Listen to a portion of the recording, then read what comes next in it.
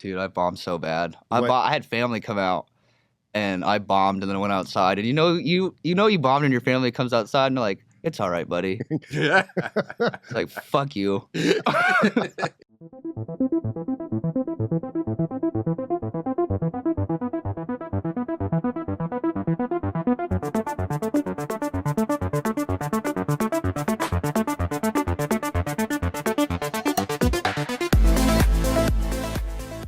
All right, guys, Dan Wise, Wise Media Studios, and we're back for another Spotlight interview. Today we have hopefully a very funny guy by the name of Wyatt McLoud. No pressure, Wyatt. How are you doing today, bud? I'm good, man. How are you? I'm doing awesome.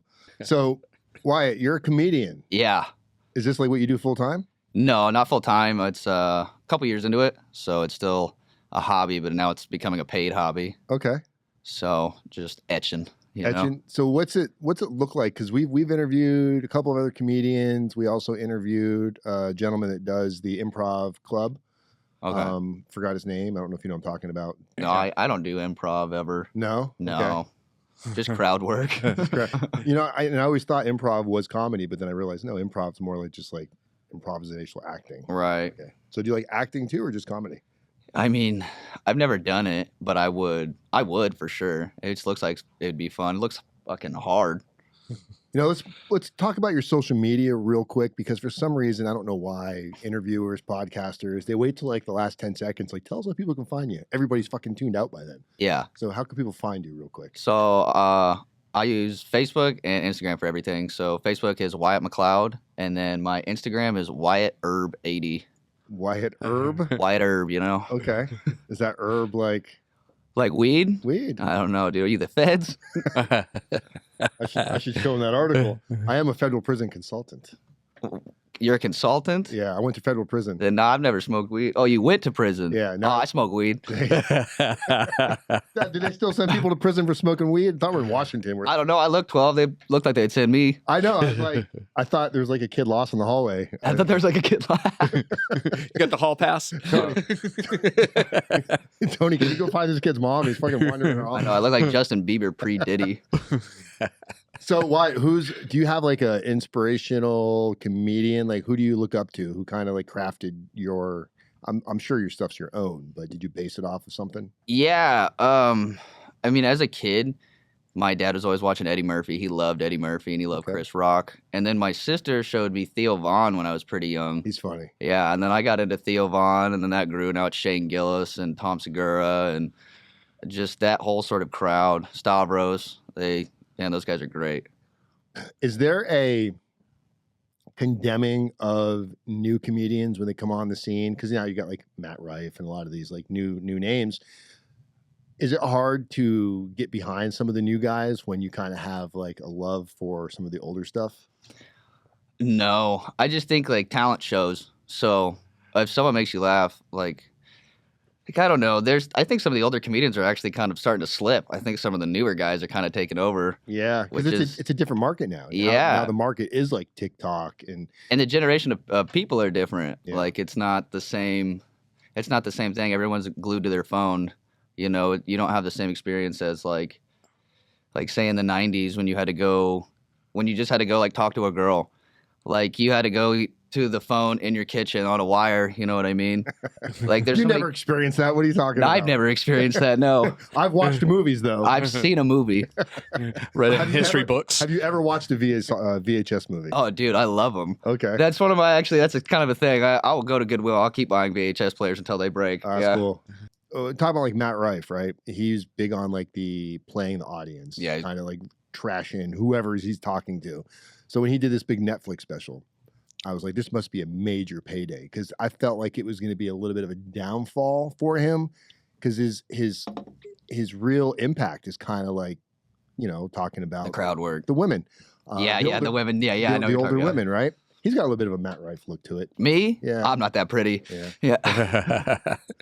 And girls do not want to sleep with me like him. I promise you that. Well, after you've been on Wise Media, they're all going to come flocking now. Oh, man.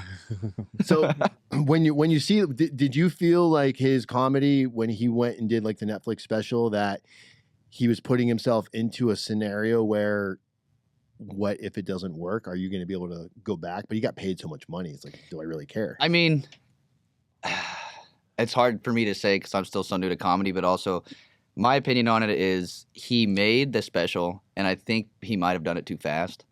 I think he had more time, but I mean, I don't necessarily think he did it for the money. I think he wanted to do it. Yeah. Yeah, and I don't know. I don't think it was bad. I think people gave him a kind of a hard spot on it, but I think he did pretty damn good. I kind of enjoyed him. So when you do your stand-up, A, how do you get your gigs?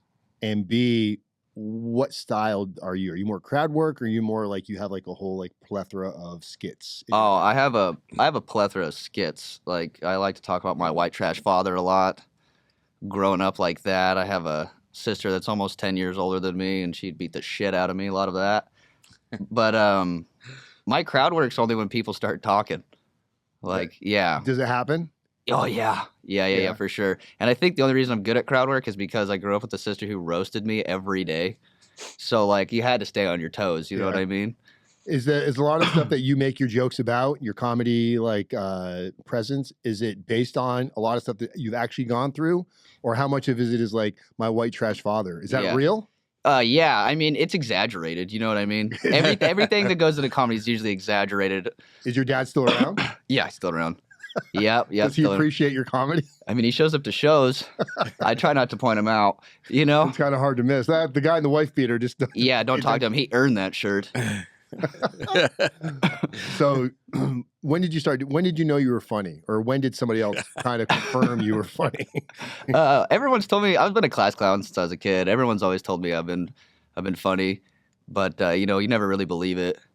I don't know. Once I started hanging out at a bar and they were doing comedy, and I told them, I was like, I'll try that, and I tried it, and I've fucking been doing it every week since, dude. Really? Yeah. What bar did you do this at? At Bill's Place in Yakima. They do an open mic every week. Oh, Bill's Place. Yeah. Yeah.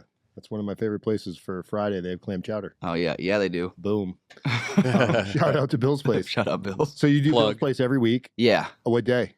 Tuesdays. Tuesdays at 8 p.m. And is it free? Yeah, it's free. Okay. Do they pay you? No. So you just how do you get paid? Tips? So how I get paid is like when I started doing good, Bahia Mud, she's a paid comedian. She's a nationally touring comedian. We've had her on the show. Yeah, she's awesome. She gets me a lot of my work. She reaches my name out to a lot of her connects. So I'm super thankful for her. She's got me plenty of gigs. So Bill's Place, is that just, do you look at it as like it's a spot where there's a lot of people? It's a practice. And I can get my name out there? Yeah, you go there to practice your stuff. So do you record while you're there? I have. It seems like every time I turn the camera on when I start going, I slip up like I know I'm being watched or something. A little nerve-wracking? Yeah, I don't know what it is. Like liquid courage helps when you're going to do that, you know? Yeah. A little 2 shots. But and where'd you go to school at? Sela. Yeah. Okay. I told you my dad's white trash, dude. I thought Sela was like preppy rich people. There's that. It's preppy rich people, and then it's like trailer park farmers, you know? Really? Yeah. Okay. Was your father a farmer? Yeah. Okay. Yeah, he's a farmer. And how old are you now? I am 24. 24. Yeah. So your first time you did stand up was at Bill's Place. Yeah. Like as a thing. How do you come up with material? Do you sit at home? Do you write stuff down? Or you just sit there and stress about it all day, and then you have a bunch of conversations with yourself in the mirror, you know? And then you maybe cry in the shower so no one can see your tears.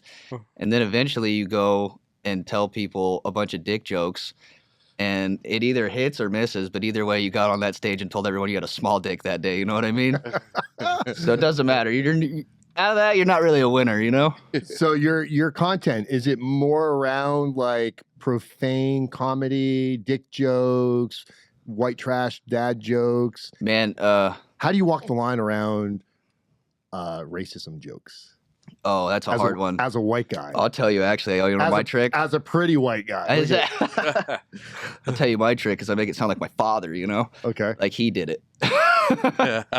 So the blame never comes back on me. So your father was the racist? Yeah. Even though he's not racist, I'm just like, he is today, you know? Okay. Yeah. And how long are most of your sets that you do? So I'm still pretty new, so I've been opening and hosting a lot. So I'm a like 5 to 10 minute guy right now. Okay. And I'm trying to get up to about 15 to 20. so I can start featuring. So that's my next goal. Have you bombed? Like Oh, yeah. It's just like what the fuck am I doing here? Oh, dude, I bombed so bad. What? I had family come out, and I bombed, and then I went outside. And you bombed, and your family comes outside, and they're like, "It's all right, buddy." It's like, fuck you. What? So bombing, is it because you just like forget what you were gonna say, or There's that. or it's not hitting the way you imagined it playing out? There's that too. Yeah, it's so you can forget what you say, and that's not necessarily always a bomb, but you kind of lose momentum. Yeah. If you do that, so maybe it just won't come out as good. But then, have you been booed? Yeah, That's some mean people to be. I got booed because I wouldn't go on stage. Oh, How come? They called my name up, and I was like, "No, I'm leaving. Like, I have to go. I have stuff going on." And the whole bar booed me, and I was like, "All right, I'm not gonna go home with hurt feelings or anything. Thanks, guys." Why did you? So, what were you supposed to go on? Yeah, I just had I had an emergency. I had to get out of there. But Okay. but damn, that hurt. Yeah. That was like 2 punches in the nuts, dude. That sucked. So do you do like live on Facebook at all ever? No, terrifying. Really? Yeah, I don't know why. Like social media, going live on social media kind of scares me. I know I went live on TikTok. I did a cancer benefit show in Granger, and for my buddy and Your buddy had cancer? Yeah. Is he still with us? Yeah. Okay. He's kicking. Awesome. What's his name? His name's Nick Romero. Shout out Nick Romero. Nick Romero. Kick that cancer in its balls, man. Hell yeah, dude. We did a show for him, and his daughter put me live on TikTok. She's like, "There's like 5,000 people watching." And I was like, "Well, shut that off." Yeah. Well, that's what you need. I know. That's what everyone tells me too. I got to start putting my neck out more. But you do, yeah. I would think you do. Yeah. I'm trying to just get. Doesn't it seem like if you get the haters, that's almost a good thing? Oh, for sure. I got those. Like you're either gonna be really, really funny, or you're gonna suck really bad. But either way, you kind of get, it's content. Yeah, haters make you famous. They do. Yeah. Oh yeah. When you're out in public, are you the same person you are on stage?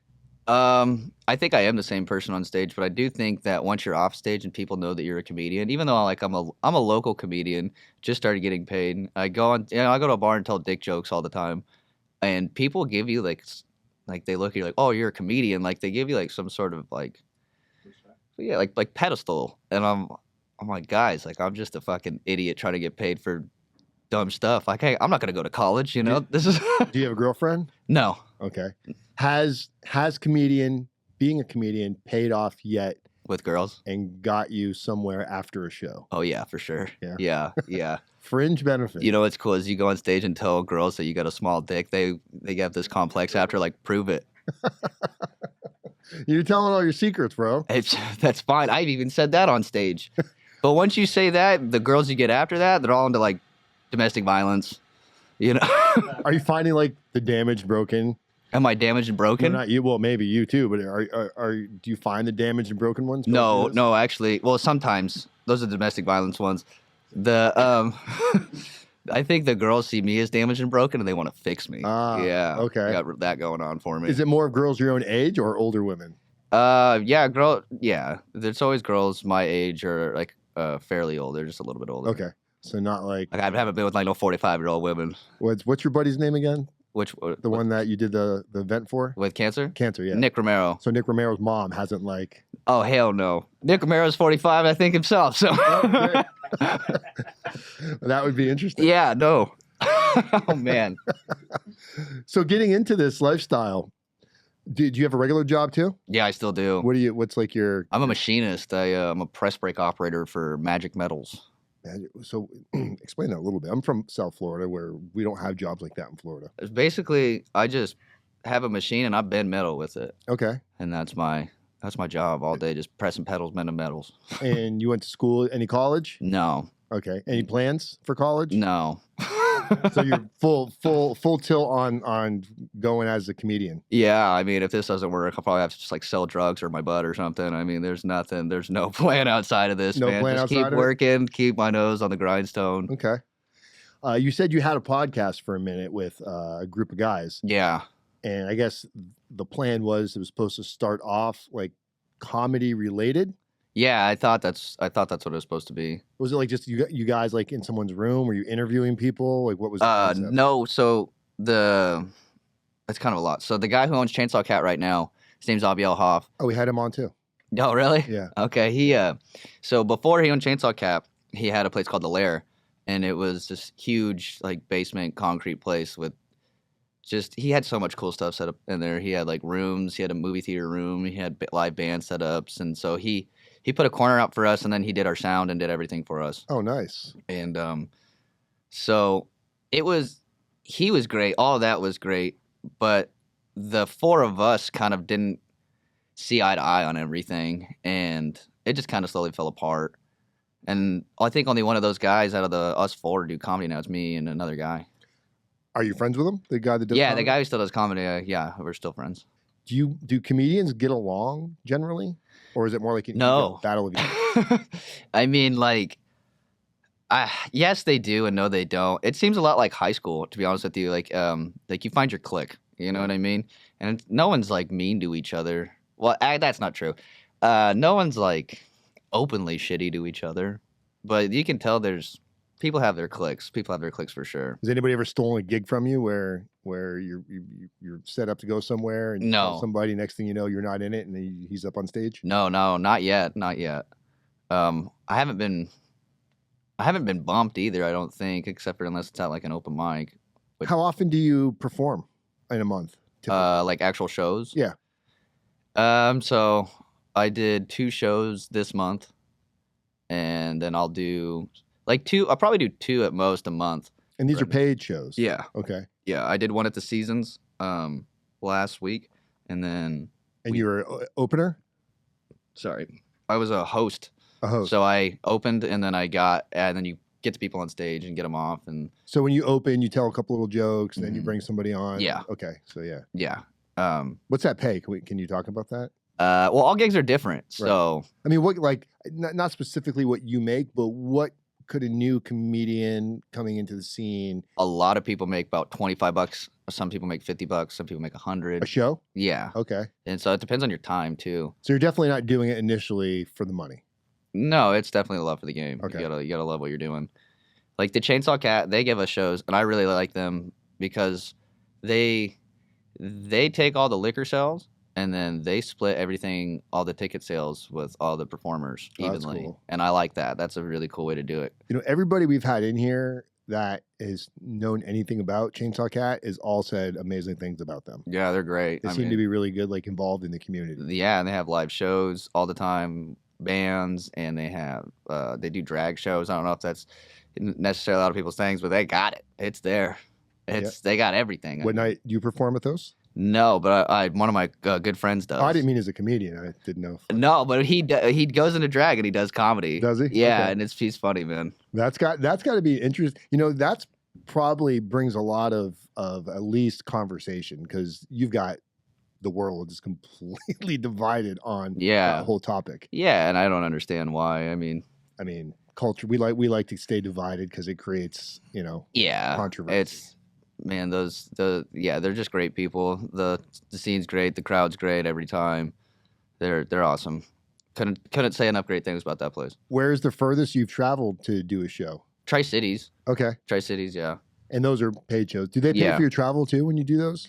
I guess if it's negotiated. Well, the Granger show it actually wasn't paid for that. It was like a donation kind of, it was like bring people in to help people pay for stuff at the benefit.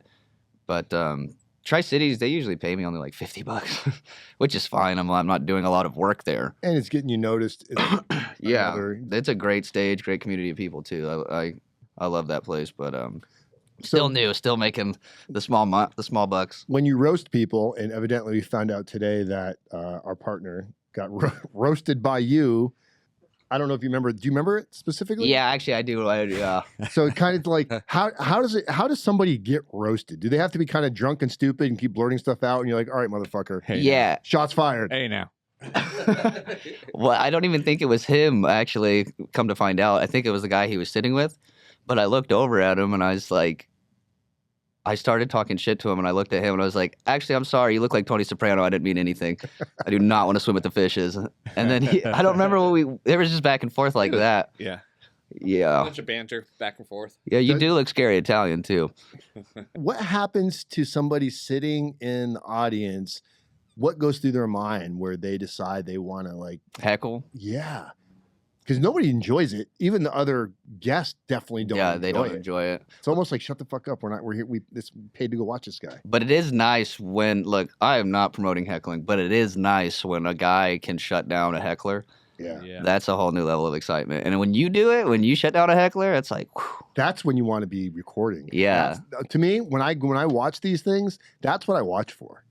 It's like, oh man. That's like riding a roller coaster and having it fall. That feeling. There's some tricks to it too. So like you have heckling jokes set up that you'll basically ask them a question, and no matter what their answer is, it doesn't work out in their favor. That is how often would you say there's at least one heckler in the crowd? Honestly, recently it hasn't been. It's been pretty calm this last like 6 months. I don't know why. Last year seemed to be more heckling. I can't wait to show up. He's going to see my face in bills. Don't show up to heckle for. I'm going to get a wig that looks like your hair. Yeah, that looks like my hair. 'Cause I don't have hair. I'm bald as fuck. Yeah. Practicing this stuff. Do you sit at home and practice your jokes? Do you have friends that are like, look, I know you're sick of hearing my jokes, but pretend like you're hearing it for the first time. Would you think this is funny? Yeah, I have some friends that they'll be like, all right, let me hear it. And they give you like constructive criticism for real? Yeah, but some of them are just so fucking dumb. I just don't, Who are your friends or the jokes? Both.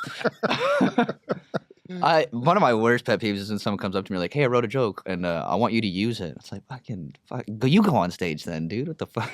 Only if I can use this part. That this guy came up to me and said, I want you to use my joke. I will take ideas from people on a premises and then make my own thing out of it. Yeah, because you never know like what you're going to hear from somebody else. Yeah, because, I mean, man, you're sitting there writing jokes all day. You're not going to just be able to write all about your life or about just everything that's real to you. You got to write some fucking nonfiction bullshit. You got to make it interesting. Yeah. Do you do it on like an iPad or you carry around a notebook? I use my phone notes. Okay, so this is your phone notes. Yeah, I got pages of fucking notes on there. And how many of them never make it?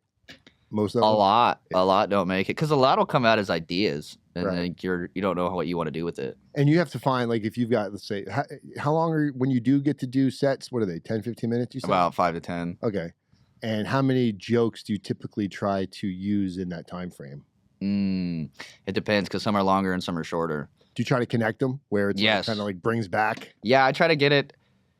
That's harder, like doing a callback. Like I have Is that what it's called, a callback? Yeah, so you bring back a reference, but so I have 2 written sets right now that I'll use as like just go to when I need to get stuff out, and then I have a bunch of writing a new set. So my first set there's a callback in there, my second set there's not, and then this new one it's just kind of a scramble at the moment, but it's working. And the new one is when is it for? Oh, you mean like a set? Just sets, yeah, that you're I'm currently writing. performing. Yeah, so the third one I'm still trying to figure out, and I'm trying to mash all 3 together.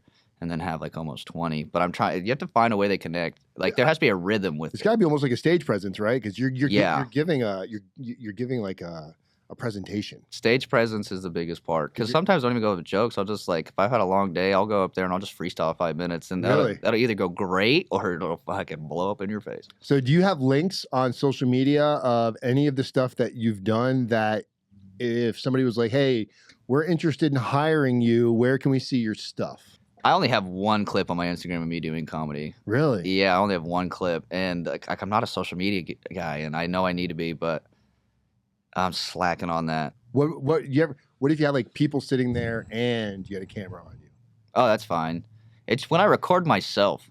Yeah. I don't know why, because I go up there and I set my phone down. The second I set my phone down, I'm like, everyone watch me do that. I don't know, and then I get tripped out. What's the biggest crowd you've had? I'm trying to think because I've had a couple pack nights at Jokers, and that Grandview show was pretty good. I can't remember if it was Grandview or Granger, one of them G's. I think probably like 100 people is probably my biggest crowd. And you got good response? Yeah, I generally get all right. That's got to feel great. What's it feel like when you get like when you know a joke hit the way you imagine? When you murdered? Yeah. Oh, that's a good feeling. I don't know. Have you ever done drugs? Yeah. I did some cocaine right before you got here. Hell yeah, No, dude. Me too. No, I'm just kidding. No, that explains a lot on this interview. Dude, honestly, it doesn't even feel. It feels better than cocaine. I imagine it's got to be like a real euphoric. It's like, it's powerful. a high. Like I can't fuck up now. Yeah, and then it kind of makes you cocky on your next one, and that's when you bomb. It's just Yeah. yeah, the down is better, or the down is much more worse than the high. I'll tell you that. What night again did you say Bill's place? Bill's plays Tuesday at 8 p.m. Tuesday, 8 p.m. And where is it at in there? Like, where do you stand? I So know they got like the. it's that side court, like you walk in, there's like that stretch hall where the bar is. It's Okay. that big room to the side. Okay, so is there a pool table in there? No, there's no pool table. They I've have never been in that room. I know what you're talking about. Yeah, it's like the main floor. Matt Rife Jr. No. Don't do that. He's so much prettier and better at comedy than me, dude. Don't do that. No, but That's pressure. You said this is no pressure. Big pressure. I imagine if you went back to Matt Rife's early days, I bet it wasn't a whole lot different than you sitting in that seat right there, right now. It's social media. He got big because of fucking TikTok. Yeah. Let's be real. He got found on TikTok, and once he knew that he had this ability to, fuck with like the hot older women, Yeah. that was it. And men hate him because of it. Yeah. And a lot of people don't know he has a girlfriend. Like, he's Yeah. not out there slaying. Like, I'm he's sure his chilling. girlfriend thinks it's fucking hilarious. Yeah, yeah. You gotta have Or she's pissed. you gotta have a pretty secure partner, I imagine, in any kind of like high level entertainment industry. Yeah, for sure. Yeah, no, I mean, it's hard to have a girlfriend in this level of entertainment. Oh my God. Maybe it's just because I'm mid-20s, but fuck. You could just bring her. Do you get to eat free at Bill's when you go there? If you host, they give you a drinks and some food, yeah. So you just offer your dates nighttime at Bill's at 8 p.m. on Like, Tuesday. what's up, girl? You want to share my free meal and drink with me? You want 2 straws? Can I get 2 straws? 2 lemons. Well, anything that you want people to know about, like somebody that wants to get into this industry, how many times before the day that you actually, I think you said you did it at Bill's place was the first spot. Yeah. How many times prior to that were you like, I want to do this before you actually got the courage to do it? Since I was about 13 or 14 years old, because they signed me up for a talent show when I was in school to do comedy, and I just never showed up. Because of the anxiety? Yes, for sure. That was the show. So I've always wanted to do comedy, and then when I was looking up all these comedy places during COVID, but I was only 20. I wasn't 21, so I couldn't even go to the bar. You have to be 21? Mm-hmm. Okay. Well, around here, I mean, there's comedy clubs, not around us. They'll go be 18 or whatever, but yeah, I had to wait. And then it's actually my sister. My sister is a chef. She goes all over the world cooking. So she came back into town. She's like, let's go get a drink. We walked into a bar. They were doing comedy. I asked Bahia and Anthony Hernandez, Brian Brisky. I asked those 3 people, say, how do you get into it? And they're like, you're just going on next week. And I went on next week and just... How nervous were... I wish that... Wouldn't it be cool if you had that recorded? I do, actually. Oh, you do? Yeah. That's classic right there, because that's the kind of thing that, it's... Where are they now? Where did they come from kind of thing. So you have... Where was that at? That was at Bill's? Bill's, yeah. Okay. Yeah. So what do you do for fun? I do jiu-jitsu, actually. I'm a coach for American Top Team. I help... Really? Not really ATT, a coach huh? anymore, but... I help like the younger kids and stuff, Okay. and I get my ass beat from a lot of the guys in there. Do you know where what's it called? Front Street, the recreation center? That's my gym, yeah. Really? Yeah.